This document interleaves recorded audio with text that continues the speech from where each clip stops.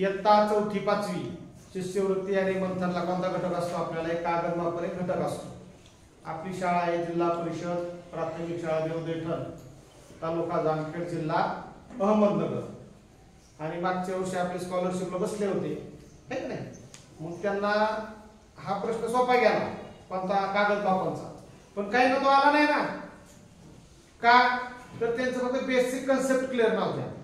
Bros, दस्ता, रिम म्हणजे किती कागद. हा एकदम सोपं आहे, याच्यात अवघड असं काहीच नाही. हे बघा, कागद मापन आधी समजून घ्या नंतर लिहा.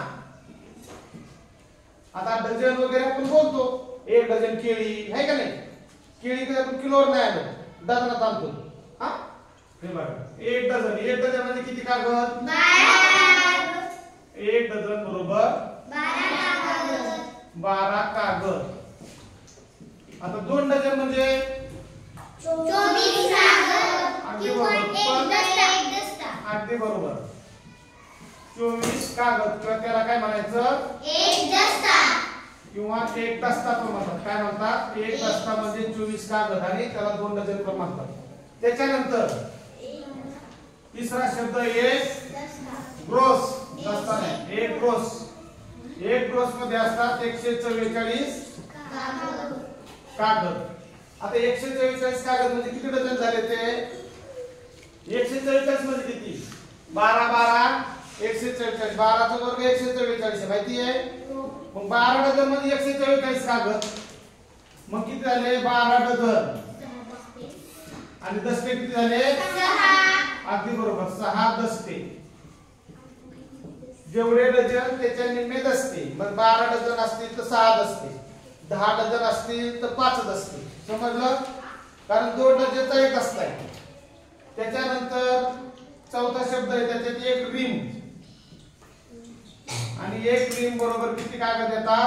480 कागद येतात. आता 480 कागद मध्ये 40 डझन येतात. किती येतात? 40 डझन. 40 डझन म्हणजे किती?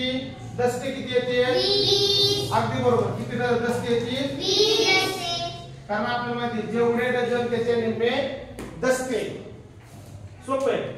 कागद मापन 1 डझन बरोबर किती कागद? फास्ट बोला. 12 कागद. अगदी बरोबर, किती कागद? 12 कागद. 2 डझन 24 कागद किंवा एक दस्ता. एक ग्रोस 144 कागद, 6 दस्ते. किंवा 6 दस्ते. एक रिम 480 कागद,